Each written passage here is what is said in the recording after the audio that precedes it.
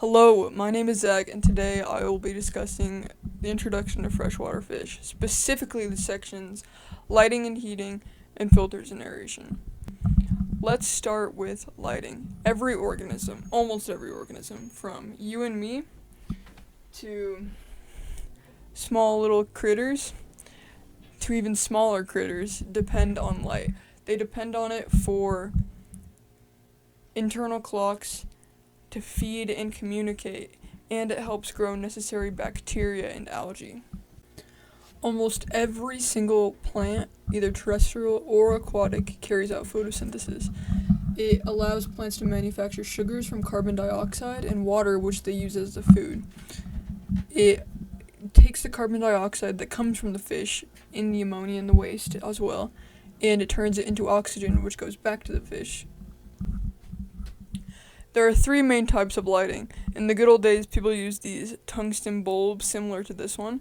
They would just suspend them over the water, and these lights run very hot. I don't know if you've ever touched one when it's on. They run very hot, and in turn, it warms up the water, which can be bad for the species, and it evaporates the water. Then you have to fill it up more, and that's not good.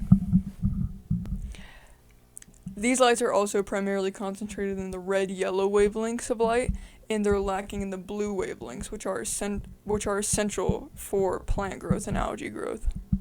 Moving on to the second type of light, and one of the two most popular ones, fluorescent lights. Fluorescent lights run a lot cooler, and they match the necessary wavelengths for plant growth. I have two fish tanks to demonstrate today, but we'll start with this one. This tank uses fluorescent lighting. This plastic is really old and foggy, so it doesn't actually allow the light to penetrate deep enough for plant growth. So all I have in here are low light plants like the Java fern, and the rest are fake plants. Another con to these lights is they buzz. I don't know if you can hear it. Let's see. Probably not. There's a small constant buzzing, and when I turn them on, they flicker here.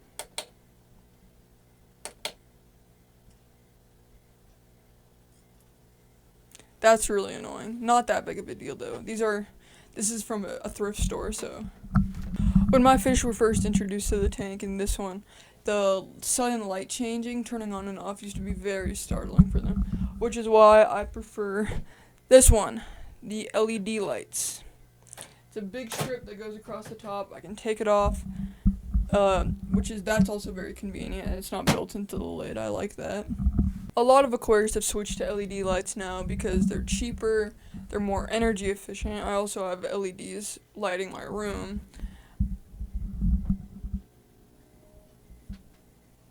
They last longer, and they have more advanced settings that I'll show in a minute.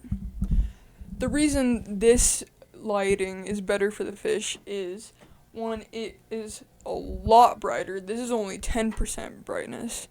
It can penetrate deep enough for the plants, unlike these ones, which this may be user error with the plastic, but it meets all the necessary wavelengths, and they're usually very customizable. This one has this tiny little strip. I can customize what time it turns on. Right now it turns on at 6:30, and it doesn't immediately flicker on. It slowly gets brighter, so less strenuous for the fish. And it turns off at 8:45 and slowly gets darker, and then it goes to moonlighting, which is blue. And I'll add a clip of that. This is the fish tank in its moonlighting and all of its glory. It's kind of hard to see because the water's so foggy, but it's currently 9:10, and it'll be like this until 10:30, then it will fade out. It goes to blue lighting for an hour, and then it turns off completely slowly. It doesn't immediately flick off, which is much less strenuous for the fish, unlike this one. And it's consistent, so it helps with their day-night cycle and just internal clock overall, versus this one. I turn it on and off at different times every day. I should be better about that, but I'm only human.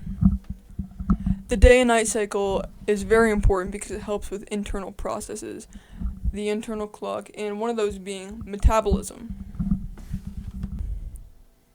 Heating is crucial in metabolism. In this tank, I have a submersible heater. You should get a heater that allows 100 watts for every 26 gallons of water. I showed my mom this video later on, and she asked me 2 questions when I said this. Why do you need 100 watts per 26 gallons? And why do fish need heaters in general?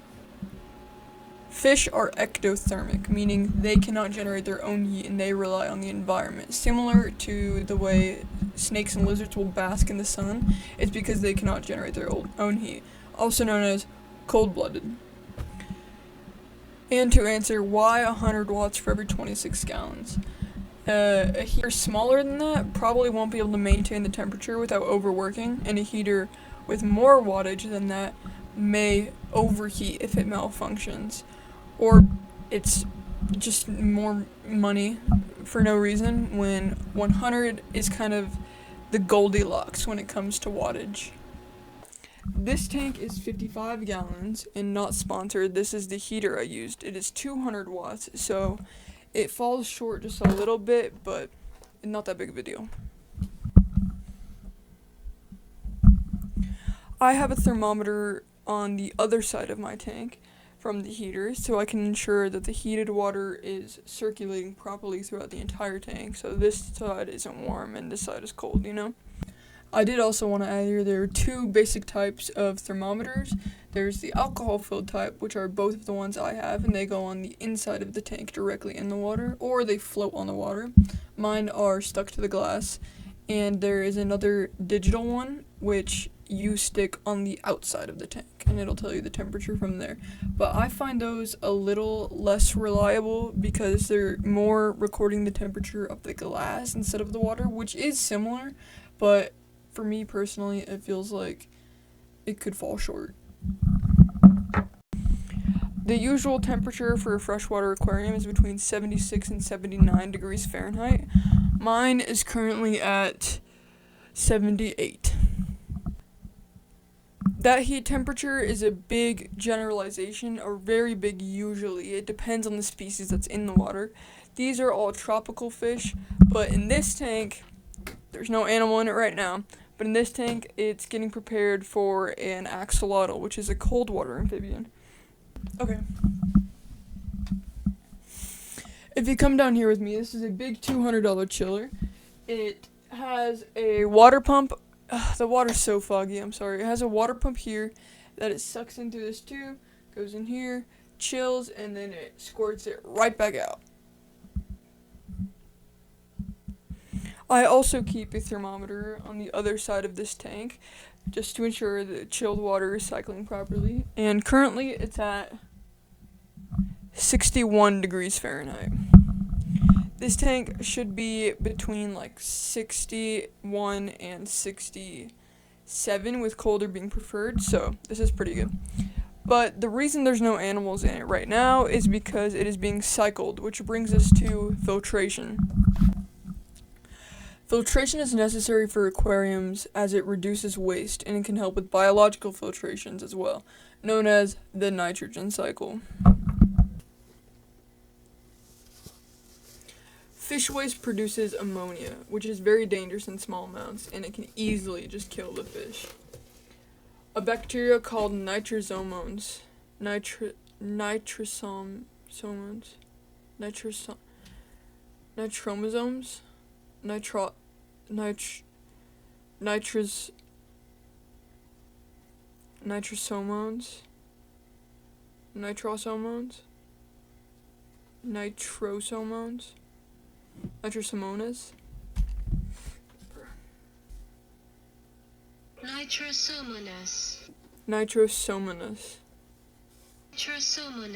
Nitrosomonas. Okay.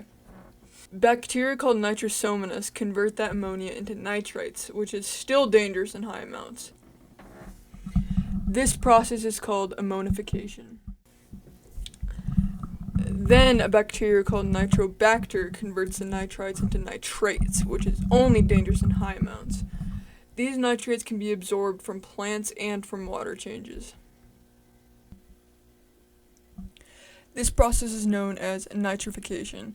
In the ocean, this water gets trapped in a zero oxygen area under the sand or the dirt, and it turns into nitrogen gas in a process known as detonite.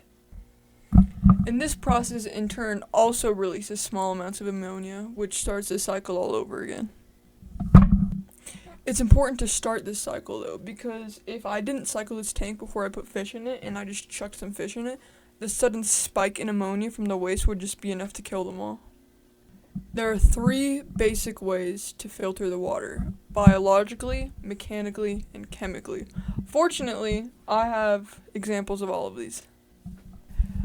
There's no such thing as overfiltering. You can empty too much water and fill it up with clean water with no bacteria in it, so the ammonia spikes because the cycle is starting all over again, and that can kill your fish or whatever you have in the tank. But when it comes to filters that you manually put in, I have 2 filters in this tank because I have 20 some fish in there, high bioload, meaning they produce a lot of waste. All the bacteria builds up very quickly, and I don't want to do a water change multiple times a week. So I have 2 filters in here that help me only have to do a water change maybe once a week or once every 2 weeks. And then in this tank, there's only 1 filter in it right now. It's so foggy, you're not going to be able to see it. There's 1 sponge filter here, and I'm going to add another one here. Both of these are 50-gallon filters in a 55-gallon tank, so 2 filters that are basically filtering all of the water twice. This is because axle oils are also notorious for having an extremely high bioload, and I don't want to change the water every couple of days. I would also like to add that the most efficient filters use a combination of techniques. As I'm about to get into, the 2 different filters I have both use 2 different kinds of techniques to filter the water. So the most efficient ones use more than one. This filter right here is a good example of biological and chemical filtration. Not so much on the biological end, due to me. I clean it so often that none of the bacteria can really settle. Here's a closer up of this filter. The water gets sucked up through the bottom part right here, and it filters through the wool in the back. And the wool blocks any waste from coming through, while the activated carbon inside of the wool eliminates any of the dissolved waste. That is the chemical filtration. The black mesh here, it's so dirty, I know. The black mesh here is the final checkpoint for waste, but it's also a good spot for all the bacteria to grow. It's not very clean right now, so that bacteria is probably growing. As you can see, there's some algae growing there, and it almost looks like mold on the side. I don't really know. But when I clean it very often, the bacteria doesn't have any room to grow. Yeah. Okay. This filter is a sponge filter. This is an example of mechanical and biological filtration. There is an air pump, as you can see, connected to this black tube that goes, and it draws water through the sponges, acting as a mechanical filter, blocking out any debris. And then the water comes down through the sponges, and it passes these ceramic beads, which are the perfect surfaces for bacteria such as Nitrobacter to reside, providing biological filtration. And then once the water goes all throughout that, it comes through the middle. And then it gets pushed back out. Like I said, an air pump is how this filter works, and I have 3 air pumps. 2 are powering these filters, 1 in this tank and 1 in the future axle oil tank, but the other one is powering an air stone. You might be able to see it right here. There are bubbles coming up. I'll give a better example. The air comes through a tube and pushes the air through this air stone, which in turn creates a lot of bubbles. And a lot of people think that the fish use the bubbles to breathe, or they put oxygen directly into the water. That's not true. The bubbles break the surface tension in order for oxygen exchange to happen at the surface of the water. This filter is also kind of doing it, but this filter is like almost under the water, but it is producing bubbles for the oxygen exchange. and so is this one, but I added another one of this because if the surface tension isn't being broken, a film can develop on the water really easily. And I'll give an example of this. Here's an example I found on the interwebs of Reddit of somebody whose surface tension of the water isn't being broken enough, so this weird oily film creates. This film isn't just unpleasant to look at, but it can also prevent oxygen exchange, which it can in turn slowly suffocate the fish over time. The oxygen exchange helps the water absorb oxygen and lose carbon dioxide and other dissolved solutes in the water. So you watched the entire thing. I'm going to ask you 5 questions. What is the usual temperature range of a freshwater aquarium? A, 82 to 89 degrees Fahrenheit. B, 76 to 79. Or C, 69 to 64. B. This temperature is the way it is with very little change because most freshwater fish that you buy at a pet store are tropical fish. Most fish that people keep are tropical fish, which sit around 76 to 79 degrees Fahrenheit with little to no change. Yay! Yay. All right then. Why? Not sure. If it's too high, they die. If it's too cold, they die. Yeah, for most freshwater fishes, it's fishes. For most freshwater fish, it's species specific and it helps the bacteria grow. Cool. Yeah. Okay. Number 2. What type of light do most aquariums use? There are 2 answers. A, fluorescent lights. B, incandescent lights. C, LED lights. Or D, the sun. A and LED lights. As covered before, both fluorescent and LED lights run cold to help the water maintain its temperature and not heat it up too much. And they are more energy efficient, cost efficient, and last longer. 3. This one might be difficult, and I won't be upset if you don't get it, because I covered it only very briefly. How many watts of heating power should you allow for every 26 gallons of water? A, 26, B, 50, C, it doesn't matter, or D, 100? B. It is 100. Oh. Yeah. The reason why it is 100 watts of energy for every 26 gallons of water is because that is the Goldilocks number of wattage. To 1, save your wallet. To 2, prevent the water from getting too cold or too hot to allow it to maintain a stable temperature.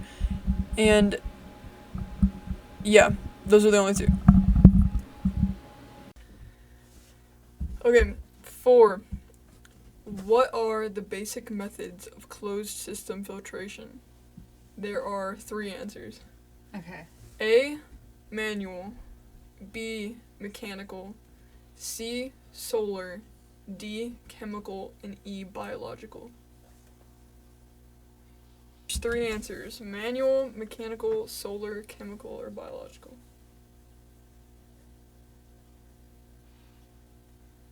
A, D, E. It is BDE. Manual would be like if I was pumping out the water and then putting more water back in. Yeah. But I understand. I try to make it tricky on purpose, so I understand. Last one. This one is, I think, the most complicated one. 5. How does a bubbler bring oxygen to the water? Do you remember what a bubbler is? The rubber things? It's just the thing that brings the bubbles to the surface. Okay. Yeah.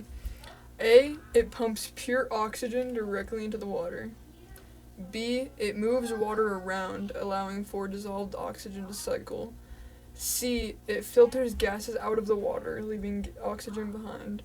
Or D, it breaks the surface tension of the water, allowing for oxygen exchange. D. Good job! I feel like that's the hardest one. That makes more sense. Congrats. Yeah. All of the screenshots are from the textbook directly. Any photos are from me, and that one photo is from Reddit. And I will cite that right here, along with the textbook and everything else. Yes, thank you for listening. I'm sorry, I am not very good at editing at all. I'm not good at public speaking. My room is a mess, but thank you for staying this long and watching. I hope it was helpful at all, and yeah.